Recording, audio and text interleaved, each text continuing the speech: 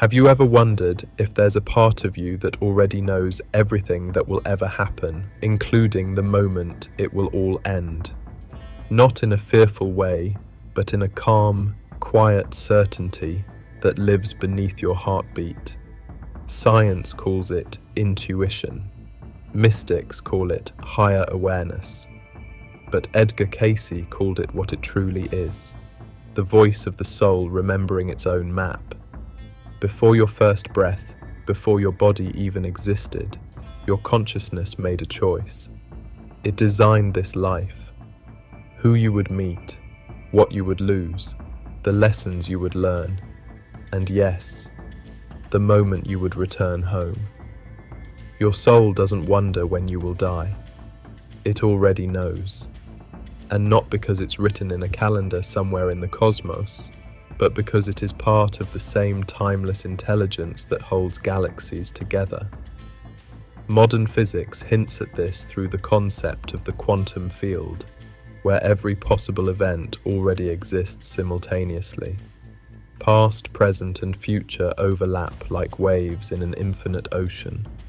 The soul swims in that ocean effortlessly, while the mind, small and linear, only sees one wave at a time. That's why you forget. That's why you fear. Forgetting is part of the plan. There are moments, though, when cracks appear in the veil of forgetting.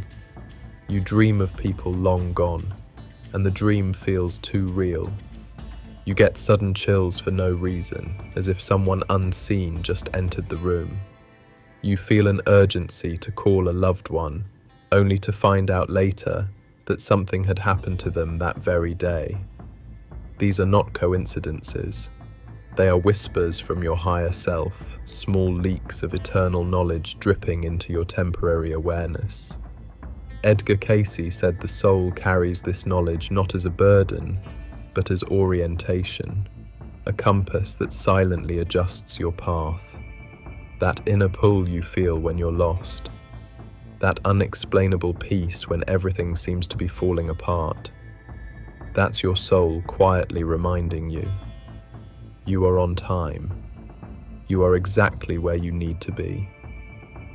What if knowing that your soul already holds the end of your story didn't scare you, but freed you? What if it allowed you to live without resistance, without rushing, without trying to control what was never meant to be controlled? Because when you truly understand that the movie is already written, but you still get to choose how to act in every scene, then every moment becomes sacred. You start to live not out of fear of death, but out of reverence for life. You stop running from endings because you finally see what they are: transitions. The soul never ends. It simply changes form, like water becoming vapor, like sound turning into silence. And deep down, some part of you already knows that. It's known it since the beginning. The question isn't when you will die. The question is, how awake will you be when it happens? There's a place where everything about you already exists. Every thought you've ever had, every word you've spoken, every heartbeat, every ending. Mystics call it the Akashic Records, a dimension of pure consciousness where time folds in on itself. There, the day of your death isn't hidden in the future. It's already written, coexisting with the day you were born. Edgar Cayce described it as a library without walls, made of light and vibration. When he entered his trance states, he wasn't guessing. He was reading. He tuned into this universal database and saw each person's life as a pattern of energy, weaving through incarnations. The soul, he said, stores the memory of every lifetime within the etheric field that surrounds your body. Your energetic fingerprint in the cosmos. Imagine your life as a song. You hear it one note at a time, but your soul hears the entire symphony at once. That's why it doesn't panic about endings. It already knows the final note and how beautifully it resolves. The fear belongs only to the human self, trapped in the illusion of time, But here's what makes this revelation powerful. You can access fragments of these records, even without trance or hypnosis. Every time you have a déjà vu, every sudden insight that comes from nowhere, every dream that feels like a memory from another life, those are small downloads from your soul's archive. And the Akashic field isn't somewhere out there, it's inside you, encoded in your consciousness. Some call this destiny, others call it divine design. But Cayce insisted it's not fatalism, it's awareness. You don't have to follow the map blindly. You co-create with it. The soul knows your destination, but it allows the human to choose the route. Every act of kindness, every decision born from love instead of fear, reshapes the energy of your path. When you meditate, when you quiet your mind, the static of the material world fades, and you begin to sense this vast intelligence working through you. You start recognizing patterns, repeated numbers, recurring faces, dreams that connect across years. It's the Akashic current aligning you with what your soul already planned. If you listen closely, the silence begins to speak. It tells you that your story is ancient, that every moment, even the painful ones, is a brushstroke on an infinite canvas. The day you die is already painted there. Yes. But so is everything after it. Because death isn't an erasure. It's a continuation written in a different color. The most mysterious part of existence is not death, it's forgetting. The moment you were born, a veil descended between your conscious mind and your soul. It was not punishment, it was protection. Edgar Cayce called it the veil of birth. He said that if you remembered every lifetime, every loss, every ending, and especially the exact moment of your own death, you wouldn't live. You'd simply wait to die. So the soul hides the truth in mercy. It lets you rediscover it piece by piece through experience. This veil makes you think you are a single being living one short life, but occasionally it thins. You sense things before they happen. You meet someone and feel like you've known them forever. You avoid a flight for no reason and later discover what might have happened. The soul whispers through intuition, small leaks of infinite memory. These are not accidents, they're training. Each glimpse through the veil is meant to wake you up, not frighten you.